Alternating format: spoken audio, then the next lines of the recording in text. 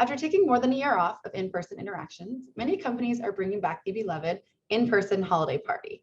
And while you might be excited to let loose with your work buddies, you still do need to act professional. I'm Skye Schooley, a staff writer with business.com, and today I'm talking about the do's and don'ts of company holiday party etiquette. To gain some expert insight on this topic, I'll be joined by Arden Clise. She is the founder and president of Clise Etiquette and the author of the book Spinach in Your Boss's Teeth: Essential Etiquette for Professional Success.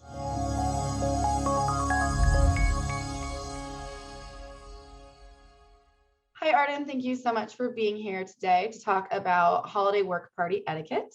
I know there are a lot of companies going back to in-office holiday parties this year, and there's probably a little bit of mixture of excitement, maybe a little bit of nerves from employers and employees alike. Regarding the pandemic specifically, how do you anticipate in-office holiday parties will look this year? I think they're going to be a little different. Instead of having this big, expensive affair, I think companies are going to scale it down. Companies that maybe invited clients in the past probably won't do that. They'll probably be smaller, shorter. I think a lot of companies may forego in-person events completely, but I do expect that they will be looking at smaller events. I also think they'll look at venues that are larger, so there's more space for people to spread out, or venues that have decks or perhaps a boat that people can go outside. So having that opportunity for people to go outside and not have to be stuck inside where they're breathing a lot of potentially germy air. Great. So for those employers who do want to plan those in-office parties, do you have any tips or advice for how to plan an appropriate in-office party? Well, I think it's really important that employers are sensitive to their employees' needs and their concerns.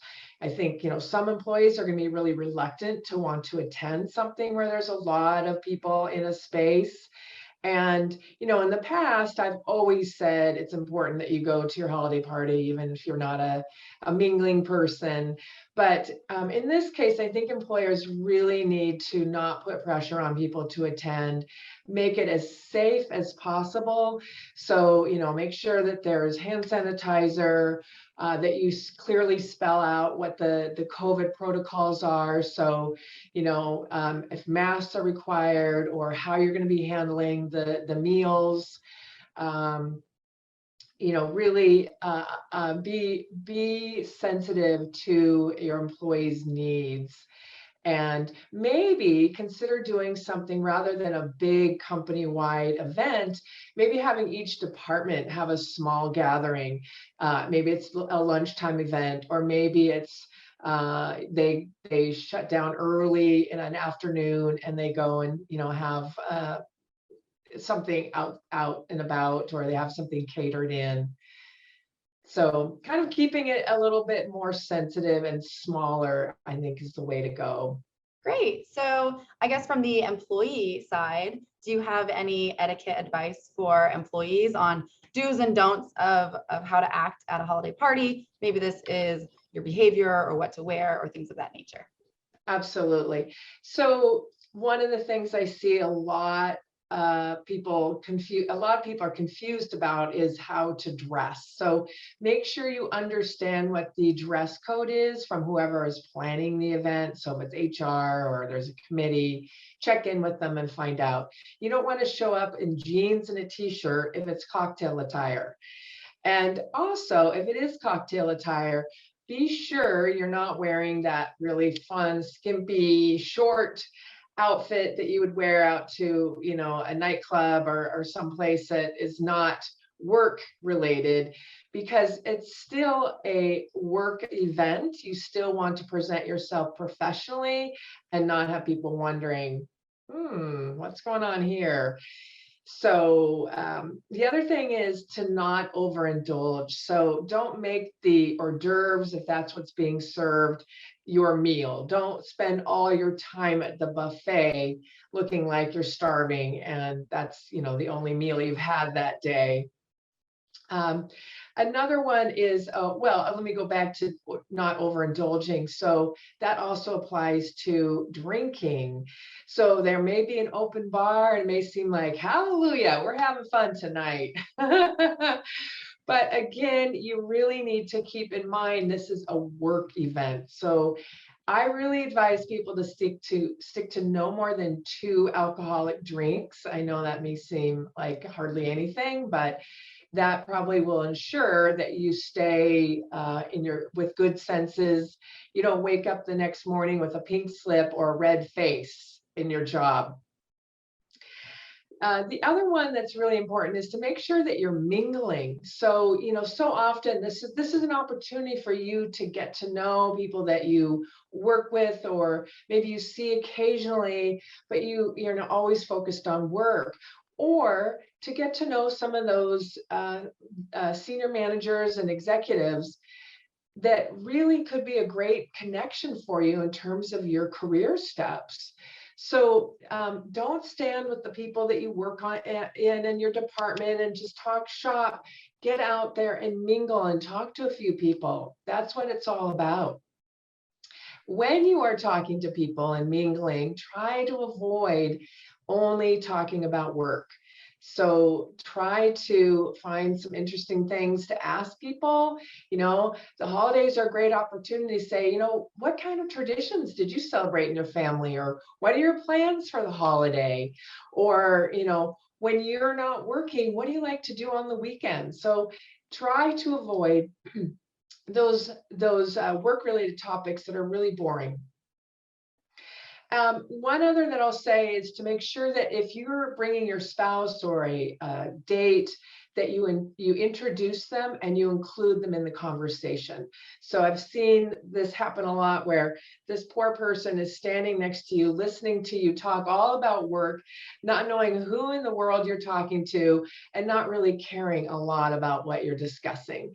So be sure you introduce this person, and that's why you don't want to talk shop, because you want your partner, your date, to feel that they are included.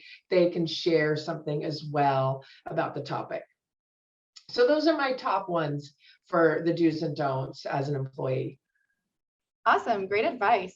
And so we know that social media is an integral part of personal and professional lives. Is there any social media etiquette in terms of what to post about holiday parties? This can be from the employer's point of view or maybe an employee's point of view. So I would definitely say don't post photos that may embarrass someone. So this is true whether you're an employer or employee. So if someone's looking a little tipsy, or they've done something kind of strange or a little embarrassing, don't post that photo.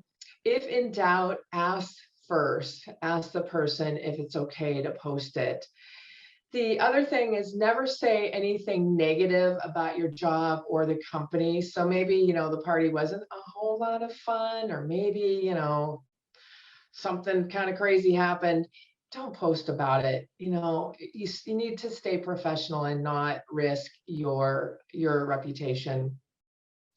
If the holiday party for some reason was not open to everyone, maybe your department only decided to do some sort of holiday celebration and other departments didn't, probably best not to post about it, just because those who didn't get a chance to go to a holiday function might feel left out. So I know that we were talking about in-office holiday parties this whole time, but I'm sure there will still be many virtual holiday parties like you had previously mentioned.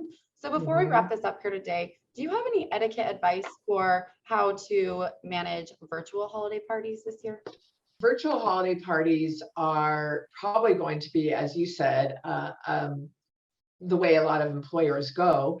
And one of the keys is to make sure it is interactive. So there's nothing more boring than listening to 2 people in a big group of virtual holiday squares talking to each other while you sit there and listen.